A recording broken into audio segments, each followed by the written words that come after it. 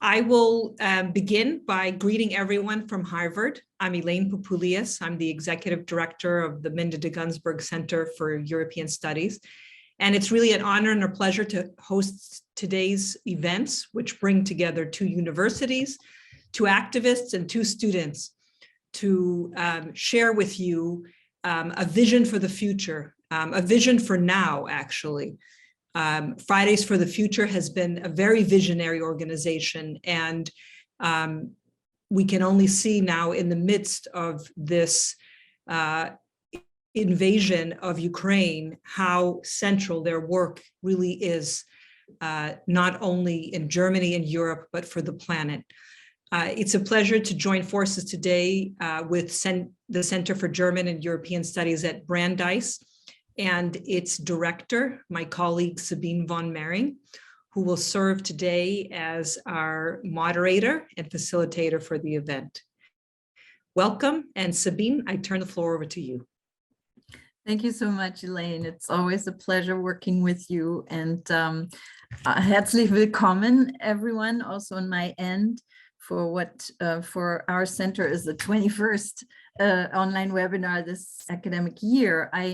I also want to acknowledge that our universities are both located in Massachusetts and thereby situated on the original and ancestral homelands of the Massachusetts people, who continue to be the rightful caretakers of the land.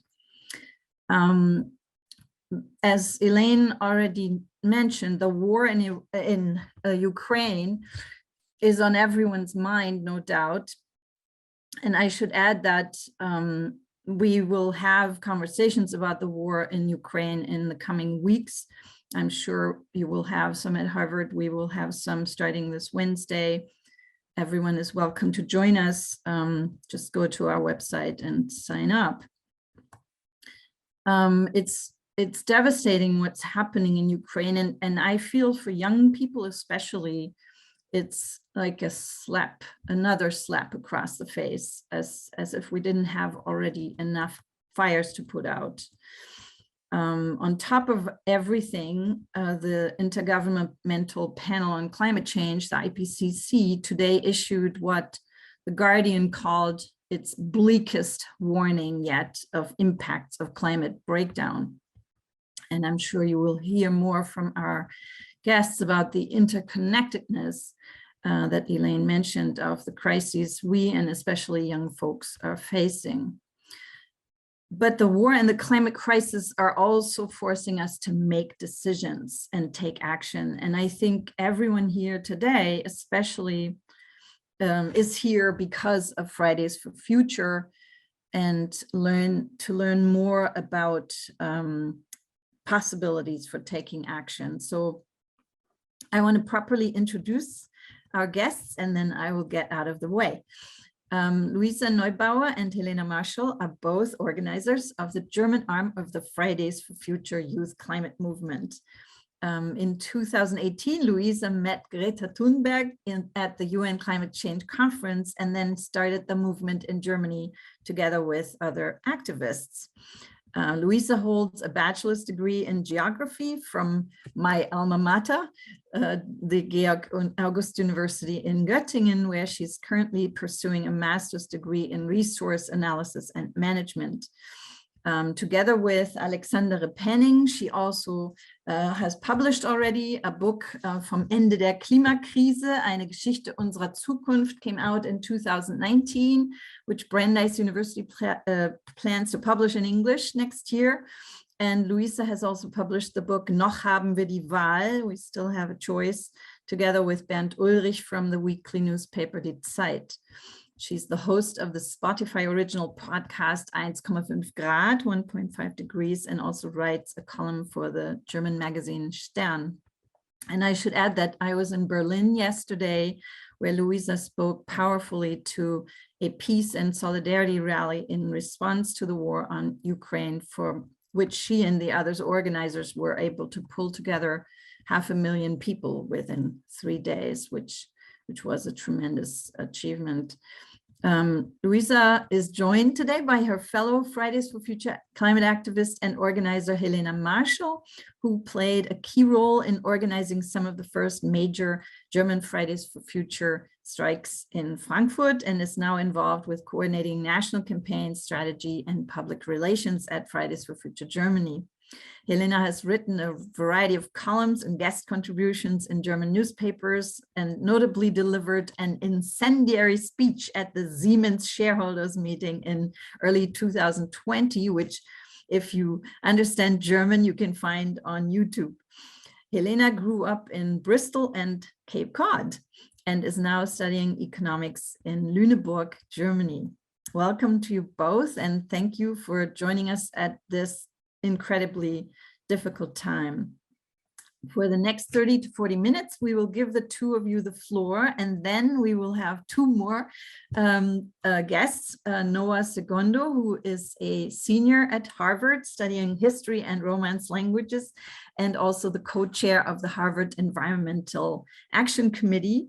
And he will be joined by Rebecca Spinner, who is a sophomore at Brandeis, originally from Berlin, studying environmental studies and philosophy. They will start off the Q&A, and I'm really happy that you both are also helping us with that. Welcome. At the end, we will also open the floor for questions from attendees.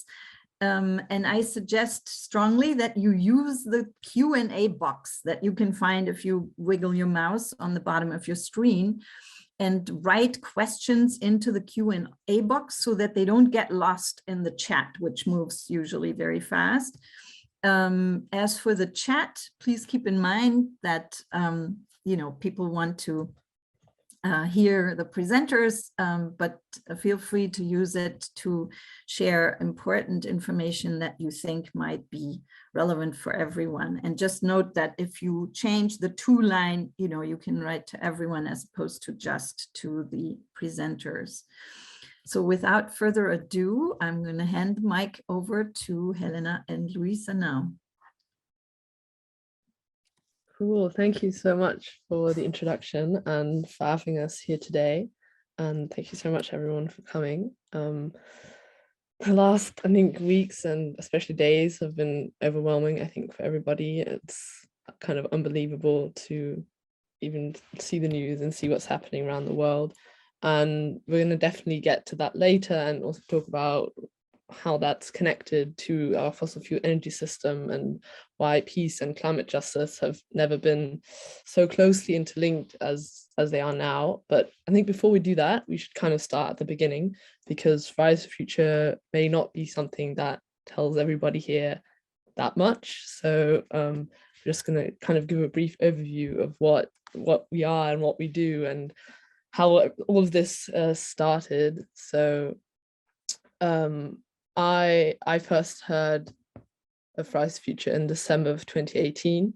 Greta Thunberg held a speech at the climate conference in Katowice in Poland, and the speech went viral and it was traveling all throughout Germany, and lots of young people got together and started organizing school strikes for climate. So we started leaving school on Fridays, not going to school, in order to put pressure on our government, especially around a coal exit at the beginning.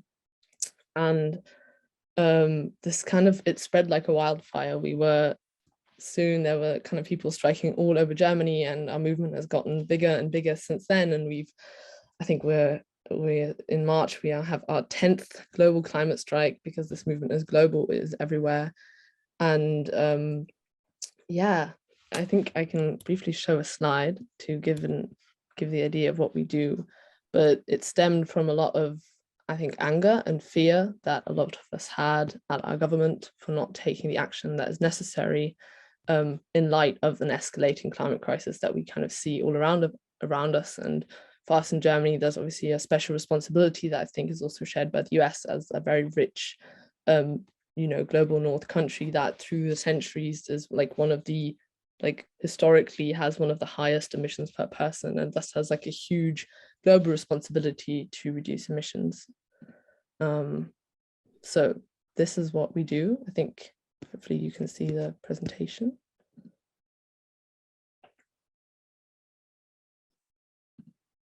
Yes, we can now. Perfect. So this is what we do. This was in February of 2020 in Hamburg, right before the pandemic started. We strike there with 60,000 people, and we do this again and again and again, and we mobilize mostly young people, but also people of all ages have decided to join us in order to show that we are not just ready for a transition of our economy and our society and our politics, but that this transition is absolutely necessary and that we are willing to take to the streets and fight for it again and again and again. Yeah, and that's what we kind of spend our days with, mobilizing these people. I can't, there we go.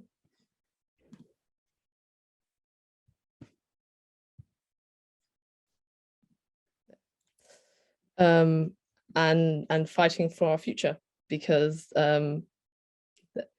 we realize that politicians will not act if we don't force them to, and if we don't stand up for what we believe in again and again and again. And that's kind of what Fridays for Future is. That has grown way beyond, I think, what we could have imagined, and it has become one of the largest movements ever. We've had the biggest single day mobilization since the fall of the Berlin Wall repeatedly, and have realized that we as young people have more power than we think, and have more power than people tell us that we do.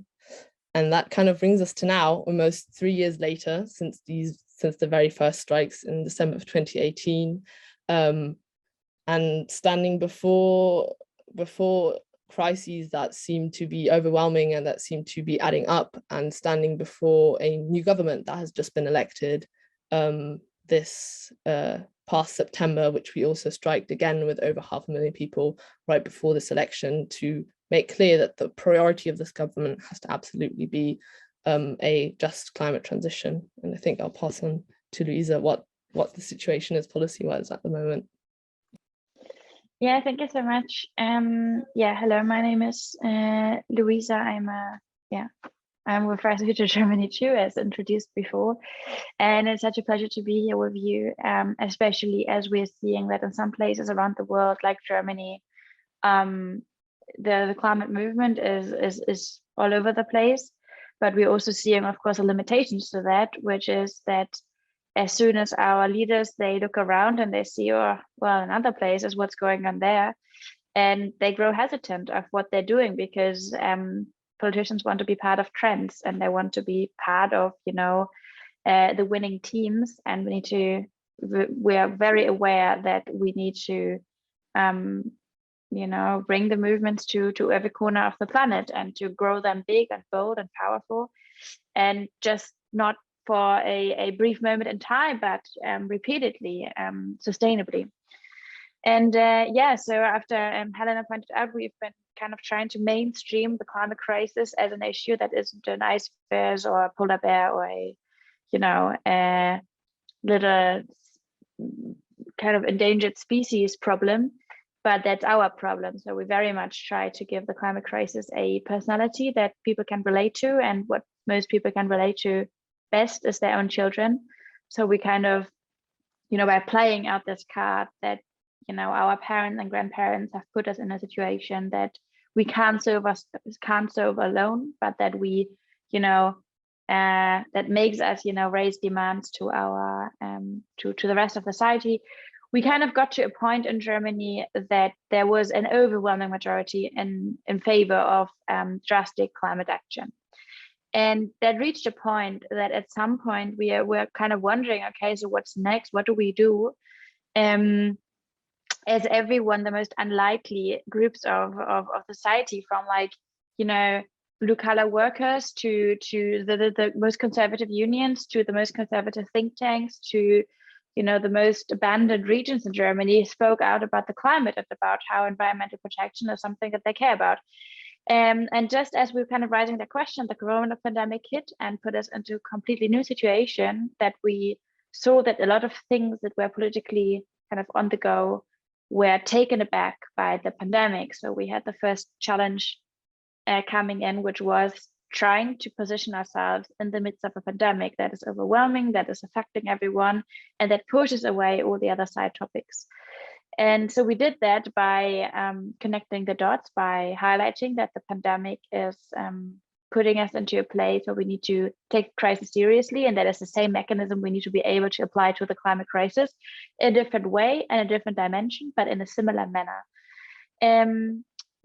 Just then, we were kind of a bit lucky because we had sued the government in the beginning of 2020, and in 2021, last year, we won this court case against the government, which I was a leading plaintiff of, and our constitutional courts basically ruled that there is a fundamental right to climate justice. And this is a ruling that doesn't apply just for Germany, but for everyone, and it doesn't only apply to governments, but also to companies. And this is something I can very much recommend it. Use it, make the most out of it. It's a kind of historic ruling by the court. And that, of course, very much accelerated what we were doing. And the pandemic and the summer of 2021 was phasing out. And what we were looking ahead to was a governmental election. And so we looked actually at the US a lot, because we saw in the US there was, you had your election, and it was a completely different political situation. But what struck out to us is that there was, what seemed to us at least, quite a noise behind environmental demands. And we are wondering what we had to do to make sure that this election in Germany would turn into a climate election, so people would actually go and vote in favor of the climate. And it was difficult because by that time we were, still in the pandemic, and many other issues were kind of all over the place. So what we did is we started scandalizing every single event, every single talk show, every single panel that was about the election that didn't include the climate. So we kind of took away the social license of, speaking about politics in the election without focusing on climate justice. And it worked out to an extent that actually talk shows started changing their programs, and a lot of German politics is, conveyed through talk shows.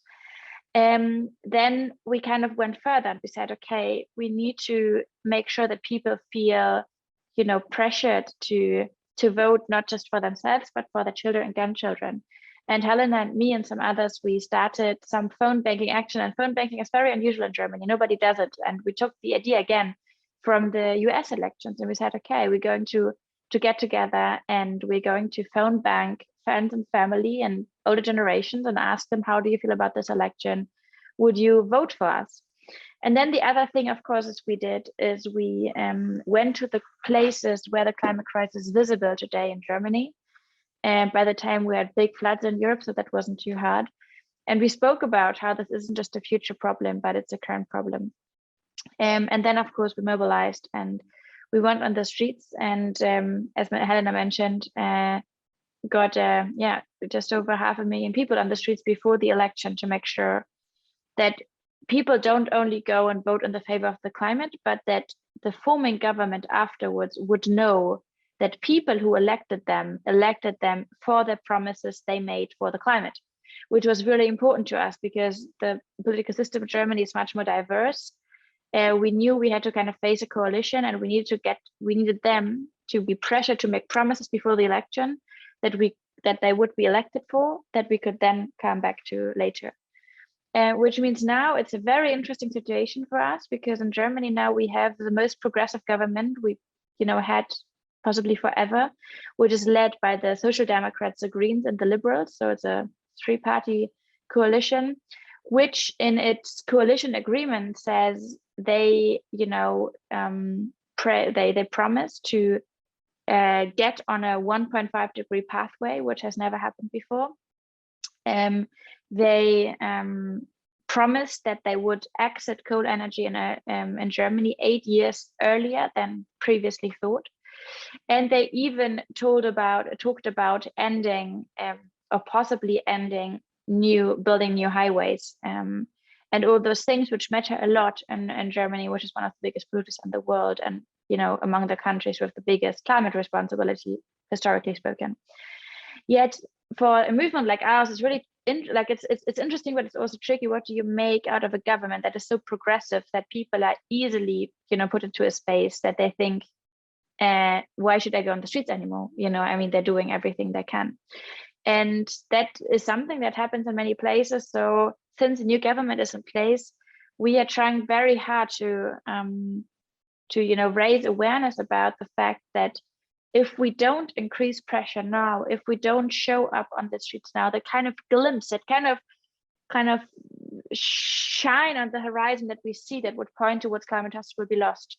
And if there is a moment in time where we can actually spin things around, where we can accelerate, where we can make 2022 that year of climate action that we so desperately need, it is now. And and that was the situation just until 3 weeks ago, until Putin next door said other things, but I think we will talk about this later. But for now, back to you, Helena. Yeah, and I think what's kind of so important is the difference between doing more, which is happening right now. There's more progressive climate policies are being passed or talked about now than ever, than before. We had 16 years of a conservative-led government in Germany, where a lot of these things that are on the table now were not even able to be thought of in a political space. And that's kind of the way that movements work, right? For a long time, it seems like nothing is happening, and then suddenly there's a moment where a lot is suddenly possible because of the work that has been done over the years before. And that's really, really amazing to see that some of in the beginning of 2020, right after we started striking, and everyone was talking a lot about, are they allowed to strike school or not? Is that allowed? And teachers associations were positioning themselves against our strikes. We set 6 demands in order to shift the debate onto the contents of why we are doing this, why we felt it was necessary to kind of break this out of the status quo and not go to school. And the contents of these 6 demands is now, it seems, and back then it was what are they talking about? These things are impossible. We demanded a CO2 price of 180 euros. We demanded that Germany get to net zero by 2035, that they exit coal by 2030, that they have 100% renewable energy by 2035. And now suddenly we see these things partly in the coalition agreement. There's a coal exit 2030. It seems very, very realistic right now. Of course, we need to keep pushing, and it's not all done, but it looks very, very likely at the moment. And just today, we've heard announcements of 100% renewable electricity production by 2035. So all these things are very, very amazing to see on the one hand. But on the other hand, we have this problem, and this problem is called emissions, and they keep rising, and the climate crisis keeps escalating all around us. We see catastrophes, we see wildfires, flooding, people suffering right now, day to day. And this bridge is that's the gap that we have to bridge as a movement. We need to recognize that progress is being made, but that the huge difference that in times of a climate crisis, the right measures happening at the wrong, that when the right measures happen too slowly, then they might as well be the wrong measures, because time is everything. We have such a small window in which to reduce emissions, and that was again reiterated in the IPCC report that came out today, that very dramatically talks about the consequences of the climate crisis that are being felt on every single continent and every single region of the world, that are happening right now, and that are going to get a lot worse if we don't act. And this report, we read summaries, is very, very, very concerning, but at the same time, most of it is not new, right? We don't have a problem with knowledge. The science of the climate crisis is very clear. And I think the most important sentence of this IPCC report was the last one, right? Which is said that we have an ever smaller window in which we can still act. And this window, we hear numbers like 10 years, but we don't have 10 years. 2 of those years already passed, and we now need the policy that is going to set us on track to actually, stay within a limit of warming that will, hopefully make us not reach tipping points, is ever smaller. And so we face the huge challenge right now of recognizing how much is happening and how much we have won as movements, but still how much needs to be done and still how much needs to be saved. And that's kind of a hard space, I think, to be in. And I think what's important, though, is that we hear all these things of how bad it is, and it is really, really bad. But at the same time, we have all the tools we need in order to make it better, right? There's not a technical problem. We have all the technology, we have renewable energies, we have public transport, we have electric cars, technically we have everything we need in order to reduce emissions. It is not a problem in society. We have huge majorities that want good climate policy in Germany. Like, people are ready for this transformation. They want it, right? Because they see its necessity. And so the only problem we really have is political will. Political will to change the system, to enact huge transformations, to go against fossil fuel lobbies that are obviously not interested in this transition because they are still earning money from burning our future.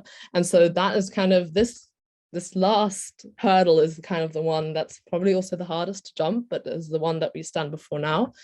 And that's why we are going to continue taking to the streets. We have global climate strikes planned in March that will, the character of these will probably change given the current situation of an autocrat marching through Europe.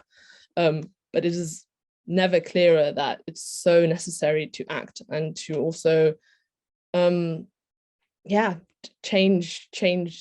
change our energy dependencies. Because I think what is obvious, right, is that this war that we see that is happening, that is so dramatic, that is hurting our friends, our fellow climate activists in the Ukraine right now, who are sitting in Kiev in the subway and who are getting bombed.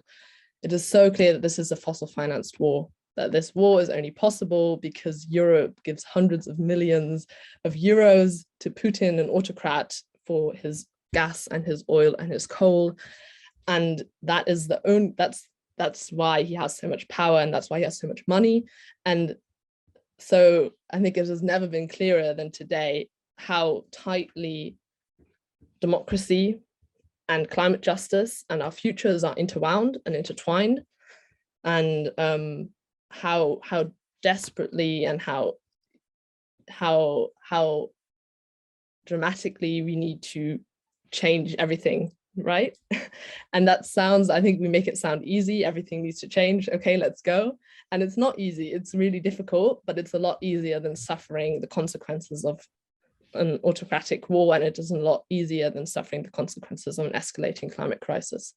And I think that's kind of the situation where we're at, where when people talk about how much this transition will cost, or how much reducing emissions will cost us, then they're not, like, basically that's a lie, because you're ignoring the costs of not acting, which are insummarably higher. And I think that's kind of the point in human history where we are standing right now, which is so I think undescribable.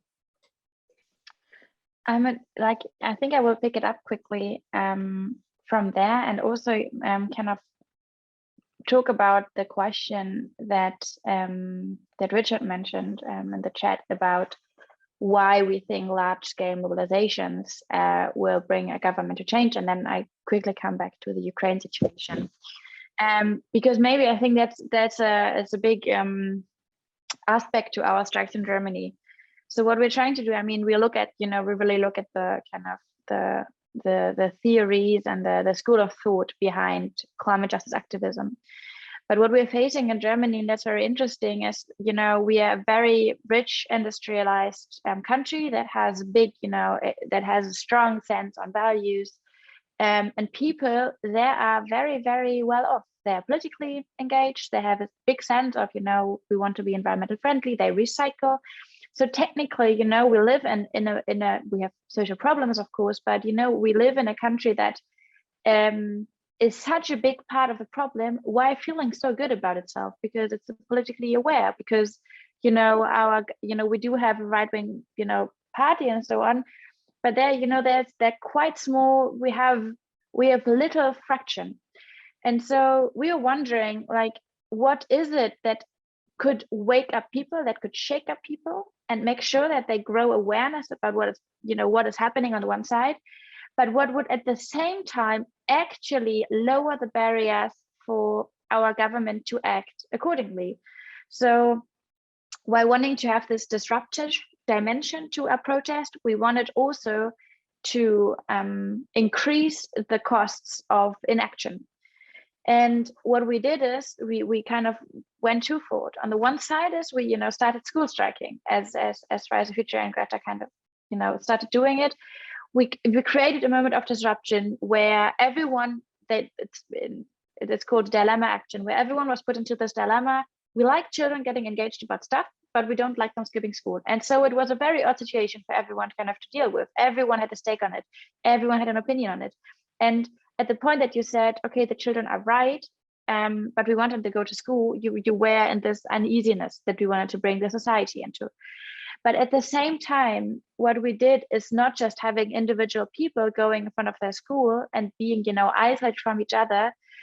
We, in the moment that we introduced the school strike, framed it as a mass movement, because the problem is in Germany that the biggest barrier for a government to act, in our opinion at least, or in our view, is not that something might be too expensive or too vague or too risky, but that they are so scared of the so-called political middle, of the political mainstream, you could call it, to be overwhelmed by something and then freak out.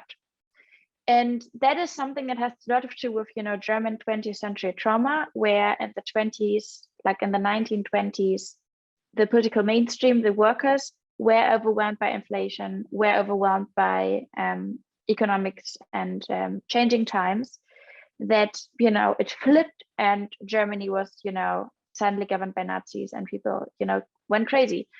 And that is a trauma that has, that has changed the way politicians are willing to take a risk when it comes to, demanding something from the political mainstream. So our government in the past decades has been put so much effort into not making any hassle, not to ask anything from the political mainstream in order not to overwhelm them. And that turned to a point where politicians would sit in front of us as climate activists and tell us that they do think the climate is an important issue too, but people don't like windmills, or people feel overwhelmed by electric vehicles, or people, don't want to, change things too quickly because they're not ready for this, which of course is a complete absurd situation, because we're seeing the climate crisis hitting us too, hitting every part of the world, being the most expensive thing in the world. So you would think they feel the absurdity of what they're saying, but they cannot, because the belief that too much of a change, too much of a drastic action, too much of a radical approach to climate action would overwhelm the mainstream, and then they freak out and they vote for the far right. And this has been, and to just underline their story, then they would refer to the Yellow Vest in France, which was, considered, the workers, the kind of some part at least of the political mainstream, responding to a, I'm sure how familiar people are with that, but basically there was a price on diesel introduced, and a workers' movement was formed called the Yellow Vests, which kind of boldly, but also some parts violently, argued against that. And they would take that Yellow Vest movement as a evidence there, which, side note, is completely wrong, because the Yellow Vests aren't anti-ecological, but they were anti-unjust climate politics, and the price introduced by Macron was unjust, and he actually committed that, or told us personally that this was just bad politics, not necessarily something to do with climate or so.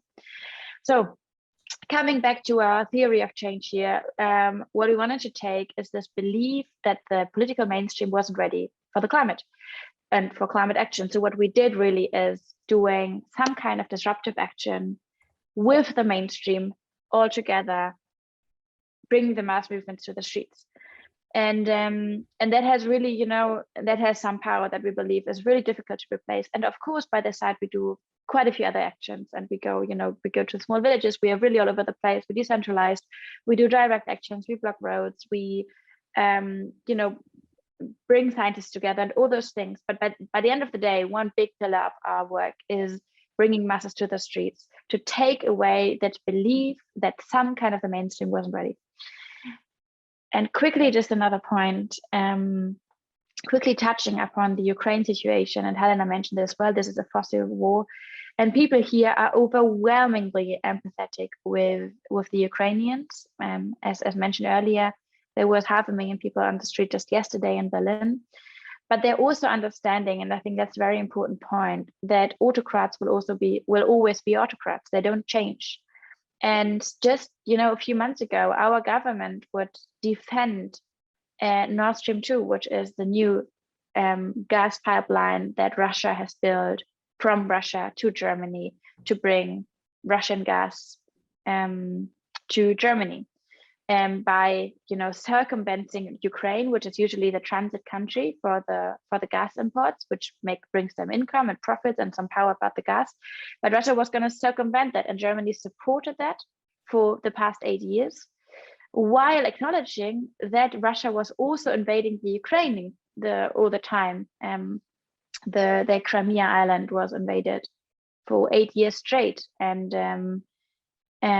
Germany kind of tolerated that and stuck to the Nord Stream 2 pipeline, which of course doesn't add up. And now we're here, and we are in a situation where 50% of the gas that we use, 50% of the coal that we burn, and 30% of the oil that we use comes from Russia.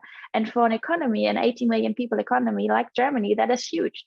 And that brings us to a point where we are, where you can mess with us, where, the EU, this huge economic powerhouse, suddenly, has to give in to a certain extent to Putin, who's governing like a very broken and kind of poor country. But because we brought ourselves into this fossil fuel dependency, and hence right now in the streets everywhere, we're making, we're kind of bringing this sense out that we need to end the fossil fuel era, not just for the sake of the environment and climate justice, but for the sake of building, sustainable and stable democracies that can't and shouldn't depend on autocrats and their willingness to provide any kind of fossil fuels.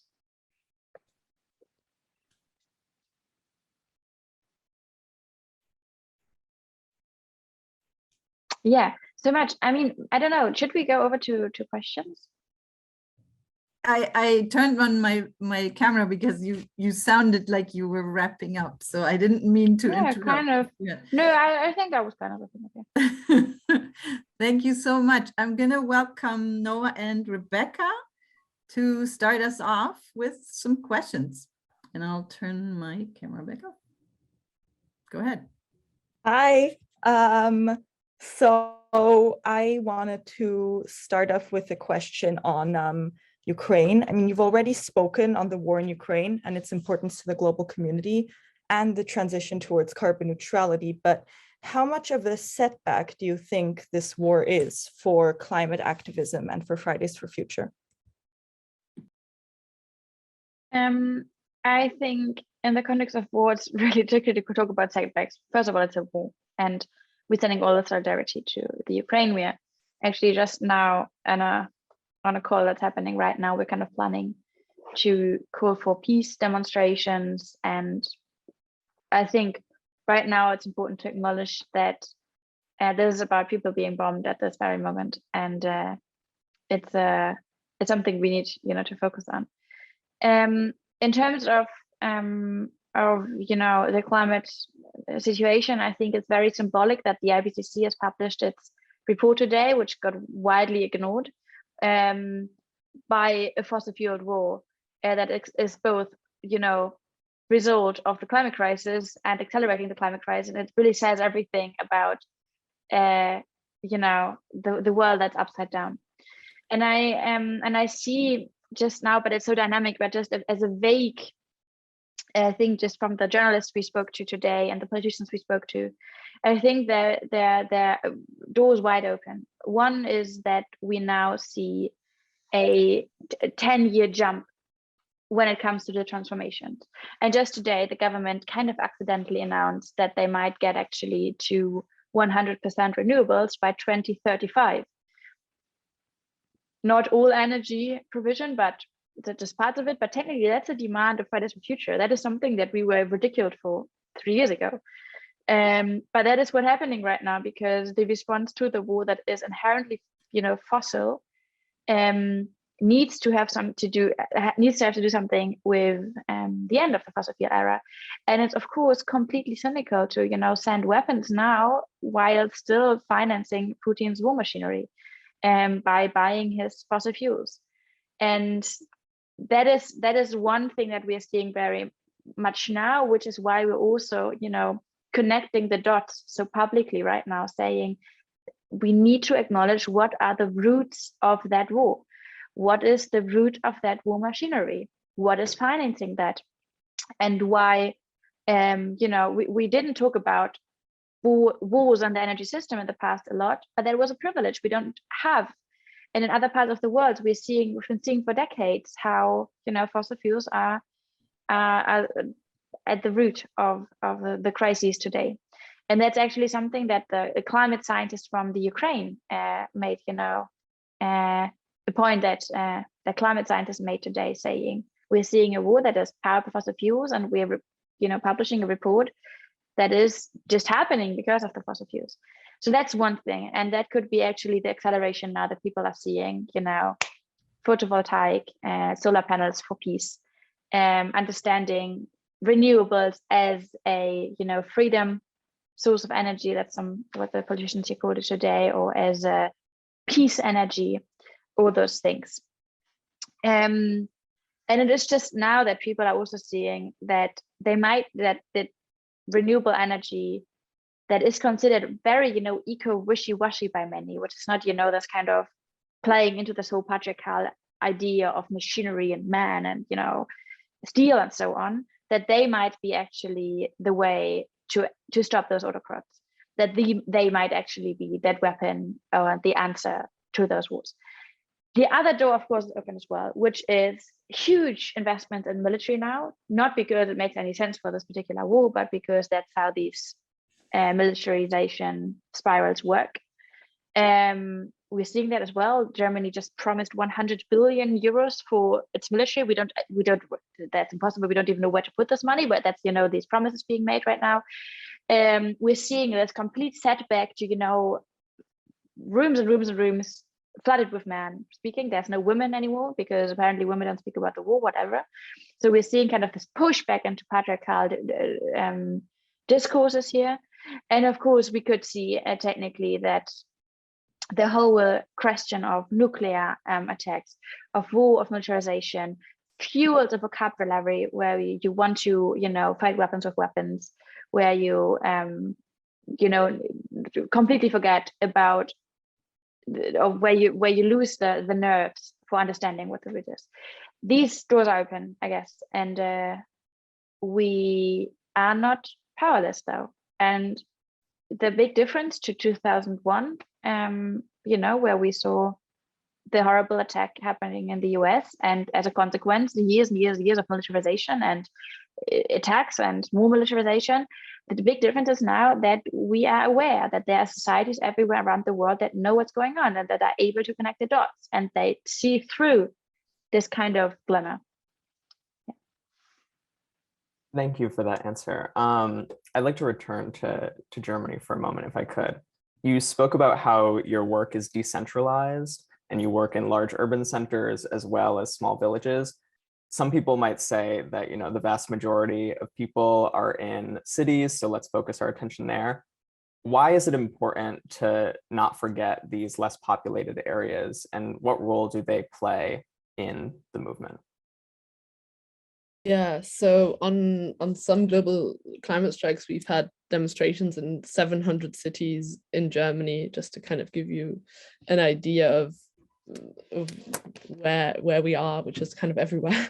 The thing is that we need change on such a level and on such a scale that we need it everywhere. And the good thing is that we don't have a situation where we have like limited resources. We don't have a problem of like few people that we need to focus on certain areas, but we have people who are rising everywhere. And so people from small towns are rising in their small towns and making change there. And I think that's kind of the first important point, that for someone, I mean, I'm actually, I organize strikes in Frankfurt, but I'm actually from a smaller town outside of Frankfurt that is that also needs to get its climate policies going and needs to, you know, do its part. I think that's kind of the first point, right? That change is every bit of change that happens on a systemic scale everywhere is part of the solution.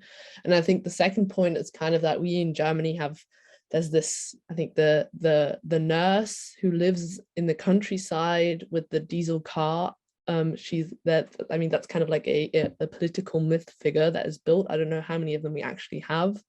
But again and again, when we are talking about climate policies, this is kind of this figure is what is, you know, brought as a counter argument. Well, we can't transform this quickly.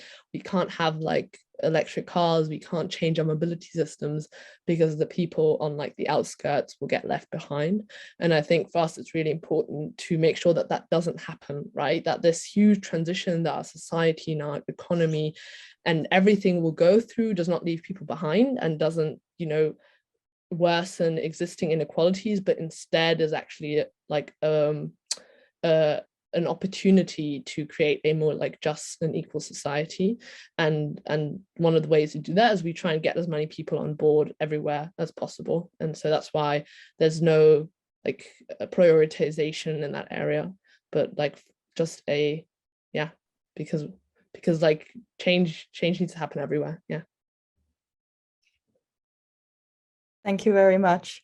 I'll move on to my next question, which would be that Fridays for Future has had many small and big successes, some of which you've covered here.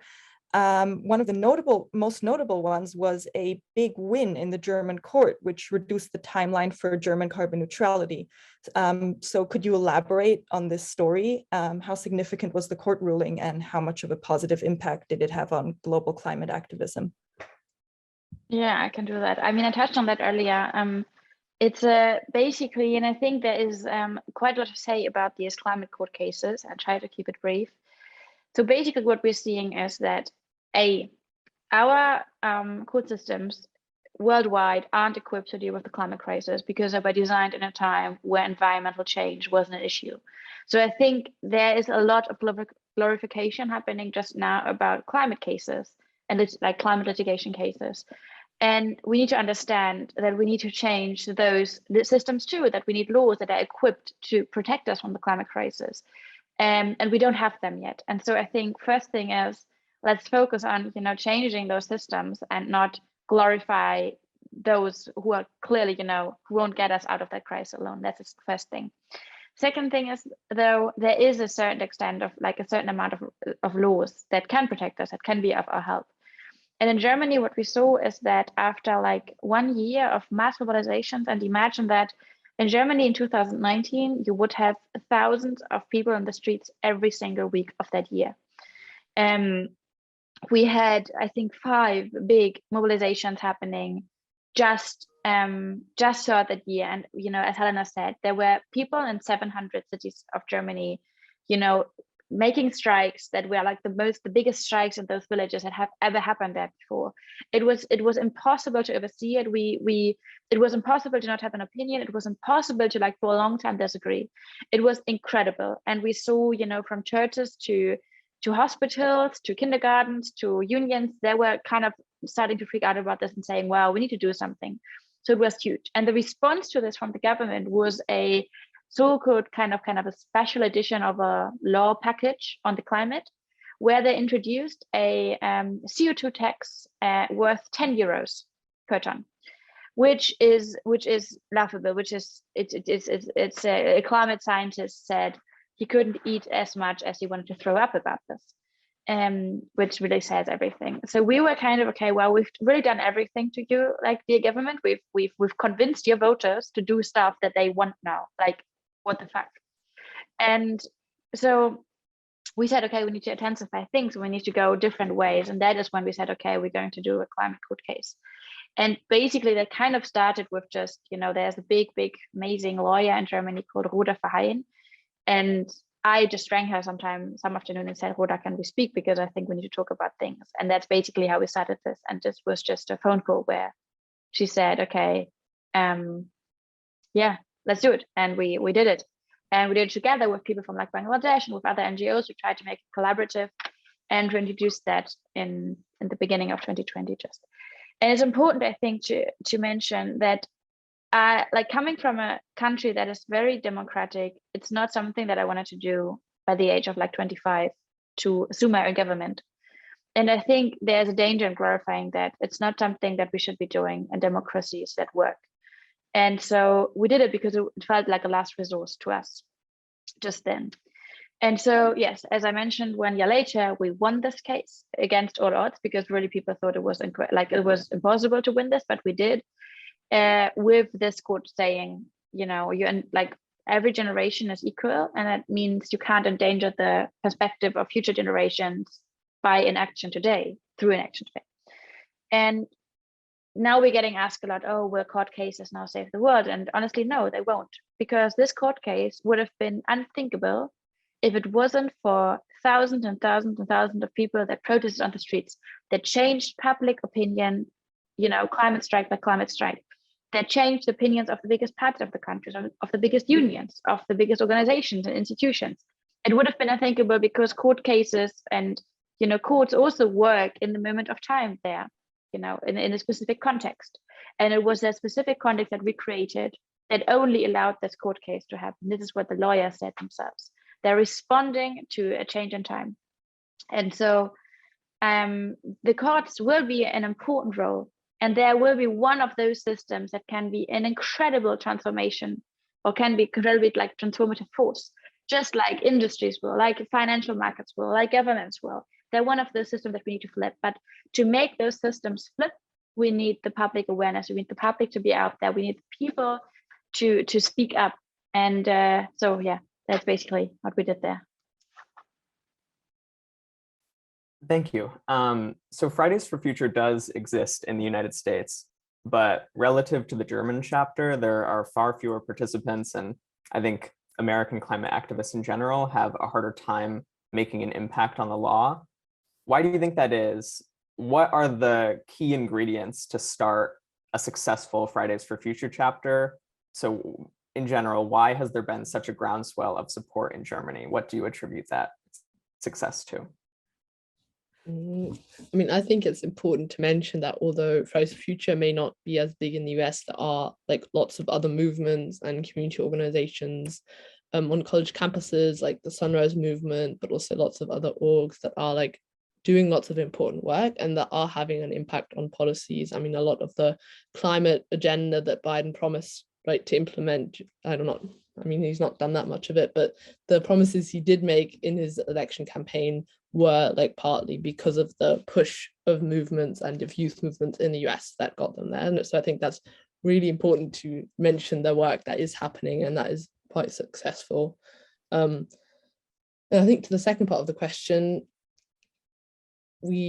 what Fridays for Future was able to do in Germany, also like it became that big so quickly also because of the moment that this movement started in, and that is like an atmosphere that is obviously really hard to recreate in that way, of an IPCC report coming out that summer, of this huge decision about the future of coal in Germany of being made, of the lots of like wildfires and very, very hot and dry summer we had before this whole movement started. And that's obviously like, that's a complex system of circumstances that are hard to recreate. But the second important point why this was able to be a success was because a lot of young people got together and stopped listening to people who told them that they wouldn't be able to make a difference.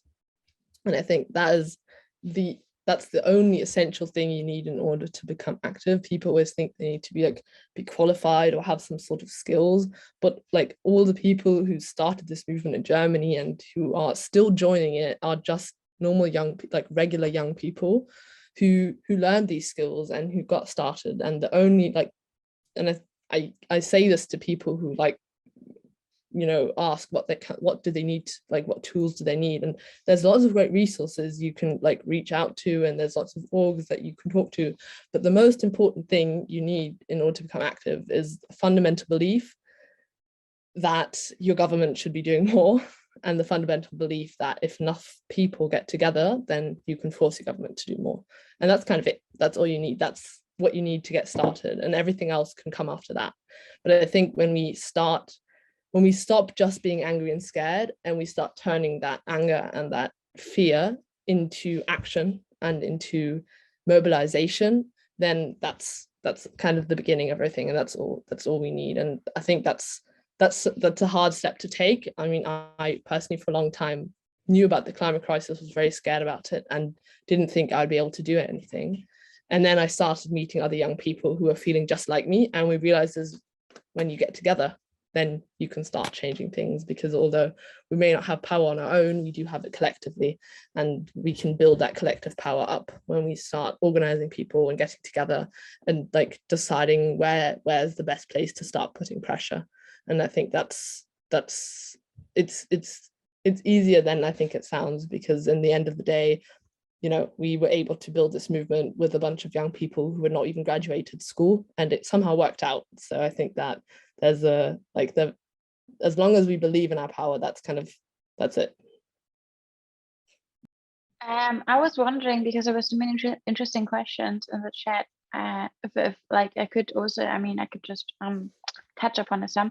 There was some question about radiation and a nuclear problem. I think like that is something that, we're very much just hoping that we won't have to experience, but I think that is not something we can like give a qualified comment about right now.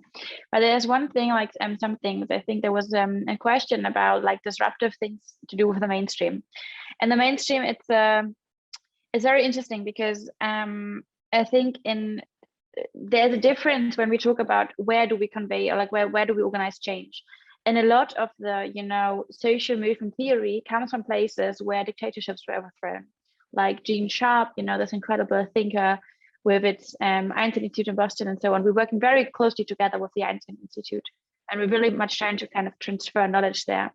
But also Gene Sharp theories really emerged from, dictatorship. That was the 20th century was, countries and places and regions fighting for independence. And now we're in a different situation where we need to acknowledge the inherent discrepancies and new nuances we are seeing in the setting that we are working in. And one is that there used to be this theory, there is one big theory that basically says, don't try to kind of move the mainstream, that they're irrelevant. It's just about the pioneers, kind of, And that is true to an extent, that, it's not about bringing like the majority of Germans on the street. That's not that. What we need is a small fraction of everything. We don't need, a majority of anything. We need enough people to, swing the mood, the general vibe about something.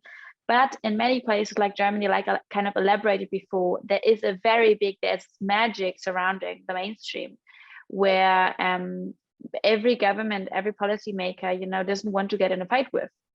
And so we are seeing that we need to kind of take the mainstream, which means making a step towards them, going where they are, and then kind of dancing into radical action together. And one way we're doing that is by connecting things that everyone likes with things that we need to make happen. So in the beginning for us, this was school children, because everyone, school children, they are the most innocent thing in the world. People all sympathize with school children. Striking for the climate, which is something very controversial to do. But you are put in a weird place where you cannot look away, where you have to kind of feel like, oh, wow, what's going on? And we repeated that. So what we did is, we brought big musicians, like big voices of German charts and so on, to climate strikes. You love the music, you love the people, you're a big fan. And in order to listen to them, you kind of have to become a climate activist. But you would kind of make this, and they would tell you here, oh, the climate crisis is happening, do something. And they would be okay with that, because they found themselves in a space where there was a familiar dimension to everything. People they like, people they admire, big voices, their idols. in a setting that they would usually kind of be skeptical about, but could sympathize with because there was a mix to it. And I think it's often underestimated that you kind of have to give something to the people that they like, that they want, in order to, bring them to a point where you want them to be. And that's accounting for so many things. So, what we're thinking about this summer a lot is blocking roads with soccer tournaments. Everyone in Germany loves soccer. Everyone loves, young people, outside doing, playing soccer. And we do this by blocking roads, saying we need space, we need children to breathe, we need the cities to be free of cars, we don't need new highways, we need new places, we need new forests and so on. And basically that's something you can apply to any context. In the French elections that are coming up, they're thinking of doing like public cheese festivals for the climate. So they bring people together, because in France everyone likes cheese. You bring them together, everyone has some cheese, but while you're doing this, you're blocking the city center, or you're occupying headquarters of the company that you are against. And so that is something that's, I think, one big mechanism that we're trying to apply. Another question I think that was very interesting, I think, was the question of how confrontational you want to be. And I think that is where we need to talk about burden sharing. And we need to acknowledge that we need climate movements to be so diverse that they can offer everything, that they can be direct action, but they can also be the very, mainstream friendly public protest people trust. Because people come to our strikes because they trust us to be on the good side when they join us. They are among the winning team. That is a story we're telling, the conservatives, they need to know that they're not risking anything. So we tell them, everyone is going, it's a weird not to go. It's important for them. It's a difference to progressive. What's the difference between conservatives and progressives? The progressives, they are willing to take a risk. Conservatives never take a risk. So we're trying to lower the risk for people by telling them everyone is there, don't miss a party. We're working out of a FOMO. We're really, we have a FOMO task force. It's just people, making sure that people feel like missing out if they don't turn up at climate strikes. And this, however, cannot replace the direct action that is needed. And we are big supporters of direct action, but we have a reputation that we need to be very careful of, and we need to risk it every now and again, but we need to also make sure to grow it again. Because at the point, like if we started doing like a lot of very risky actions, people would not come to a big strikes, because they say, oh, the weird people that, we don't know where we're going to end up to. This is where we count on others. This is where we are supporting a diversification of the climate movement, to have smaller groups, other groups doing different things, but people need to know what they're signing up to. And on Fridays for Future, we've built a brand, we've built a platform where people feel very, very, very safe, and they're doing much more radical things than ever. They're suddenly the eco people on the table. They're the ones saying, oh, we should talk about meat. So they're changing the conversations while knowing they're part of this big party of people winning stuff eventually, of people gaining the attention, of people, succeeding in that what they want to succeed. I can't keep up with you. You've answered so many of the questions in one go.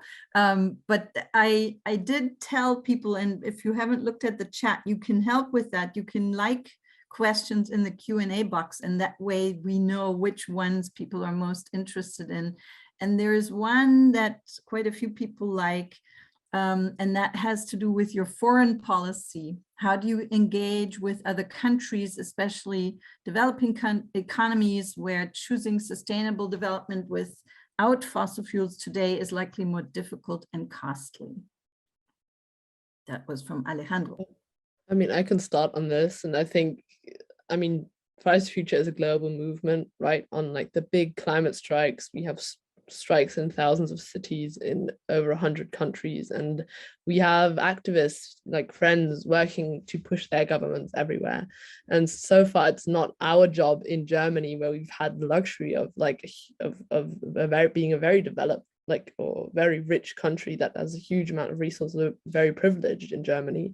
And it's not our job to go to another government or to another country and tell them how to, transition their economy, or how to build their renewable resources. But thing is there are activists there on the ground who are doing that. And so in that way, we obviously cooperate with one another. We share lots of tactics. We like collaborate on campaigns and on international strike days. And at the end of the day, we are mostly focused in Germany on lobbying the German government and also the European, Parliament and European policy-making processes, because we know that when Germany, a very rich global north country, does this transition and is willing to show that it works, and that it's keeping everybody happy, and that is making everyone, healthier, then that is something that will reflect out and that will go out in the world. But before we've shown that, rich, powerful Germany can do this transition, obviously no other country will do that. And that's why it's so absurd to point to other people and tell them to go first, because we obviously need to show that that this is possible, that it is possible to do the transformation in such a short time. And then that will obviously have a ripple effect around the world. And we see that when Germany, for instance, 2 years ago decided on a coal exit of 2038, which is way too late. Every science says that we need to exit coal at the very, very latest in 2030. Poland then went along and said, oh, if Germany is exiting coal in 2038, then we don't need to exit coal until, I think, 2045 is the coal exit in Poland. I'm not even sure if they decided one. And then South Korea said, oh, if Germany is exiting in 2038, then we can exit in 2040. And so I think that shows that this ripple effect can work negatively when we don't do what is necessary, but obviously we can also flip that. And that's kind of our job, to show that, and that when we show that ambitious policy is not only possible, but is actually is being implemented, and that has a much larger effect on other countries than if we went somewhere and pointed our figures out at people and told them how to, do their development policies and their energy policy. And I think that is, at the end of the day, that's our approach, because we know that when that actions always speak louder than words, and that when we actually reduce emissions in Germany and we actually act, then that has a much larger effect than anything else we could possibly be doing. And we do the same thing on the European level, where we obviously right now, for instance, are working a lot on the taxonomy, which is a European level legislation that kind of categorizes economic sectors and says if they are sustainable or not. And that's then the catalog that decides where investments are put, like what's investments count as sustainable or not, for instance. And the European Parliament, and the Parliament has not decided yet, but the European countries have decided to keep fossil gas and nuclear in this categorization for sustainability, which is obviously absolutely absurd, because we know that the climate effects of fossil gas are in certain cases even higher than those of coal, and that there's absolutely the opposite of what we need to be doing right now. And if the European Parliament is deciding things like this, then obviously there's no reason for anybody else to be more ambitious, right? And so that's kind of our area of focus, to make sure that we're doing the right thing in the area of influence in the places where we live, and then that will ripple out and that will create global social tipping points, because we always hear of the climate tipping points, right? The points of no return, where the changes and the collapses of our ecosystem will be so large and will be so will be so enter a cycle that we can no longer stop. But there's also, and that's the good thing, and that's kind of what keeps us going, is that we know there are social tipping points as well, that when we change enough hearts and minds, there is a point where lots of change is suddenly possible. And that's kind of what we're working towards. And maybe just one thing to add, I think Helena made the most important point. There is a big political game, like a trend, using other countries as an excuse while forgetting that yourself being the excuse right now. And that's, that's happening. Germany used to be the excuse for many countries. We don't want to be that excuse anymore. That doesn't mean that, however, that we don't need to, look at energy partnerships, for instance. And the Ukraine, I think, is a very good example right now. They want to get, rid of coal energy by 2035, which is quite soon for a country that's so fossil as the Ukraine is. So of course they will need support of Germany. They will need engineering help. They will need maybe funds. They will need expertise of those things. And I think it's important to think about, not, oh, that and that country is producing more energy, more emissions, shouldn't they go first? Or what are you doing there? But to think about, okay, how are we helping those countries as governments? How are we going to be supporting movements that are opposing fossil energy there as movements? But most importantly, are we giving them an excuse right now? And in most cases, and I'm, very well looking at the US, because you are the excuse for everyone, really. In most cases, you're the excuse while thinking about those things. So, stop being that. Nice. I'm going to hand off to Elaine in a second, but I did want to squeeze in one question of my own. Olaf Scholz announced that he wants to build the LNG terminals after all. Gas is not high on the list of people who are fighting for climate action in Germany. It's been focused on coal predominantly. What's your sense? What can be done, especially since Luisa, you outlined how dependent Germany is of Russian fossil fuels. What's your advice for those who are fighting the LNG terminals in Stade and Brunsbüttel? What can be done? Don't believe the fairy tales of how fossil conflicts are solved with more fossil fuels, and how that should be a response. And we know the fact, like we know the studies, we know the data. We don't need those LNG terminals. Just yesterday, actually, we had a big call with had like a leading German energy economist, Claudia, who really pointed out like there is no scientific evidence or kind of energy political evidence that we would need that. And right now, that is the ideology, building that LNG terminals is the ideology that made the Nord Stream 2 pipeline happen. Right. So we need to start looking not as what is geopolitically convenient, but what is, what is needed, what is the energy scenario we're working towards. And in Germany, I think, and Helena talked about like the less urban areas in Germany, we need to look at the countrysides, and those will be our powerhouses of renewable energies. And that's why we also, by the way, need the people to be excited about this, to feel like they're benefiting from this. They're part of a great mission where we like turn this country into a country that can stand up its own feet, that doesn't finance Putin, but that's an example to other countries how to do it, how to decentralize energy, how to democratize energies. And that's something that is actually, that can be really awesome. And all of that should be used against this LNG terminals. The answer to this war in Ukraine cannot be more fossil fuels. If they, no matter what they come from the US or they come from Qatar, they're all fossil fuels. And in most ways, even if they're coming from democracies, they're coming from companies that are right now destroying livelihoods. And that is, I think, an important aspect of this, like looking at the companies, looking at the finances, who is contributing, who is profiting from those, what kind of systems are we financing and stabilizing through those LNG terminals. And I think, the government, we can't count on them to keep their eyes wide open, but we certainly can. Follow the money. Yeah, and I think I would add, right, the calculation is very clear. 80% of all known coal, oil, and gas reserves need to stay below the ground. Like, they cannot be burned if we want to stay in line with 1.5 degrees. And we know that these infrastructure projects that are being built now, these fossil infrastructure projects that even the International Energy Agency, right, which are not climate heroes, have said we can no longer build any new fossil fuel infrastructure. We can't build these projects, and so they will be cancelled and they will not come to fulfillment. We've seen that with Nord Stream 2.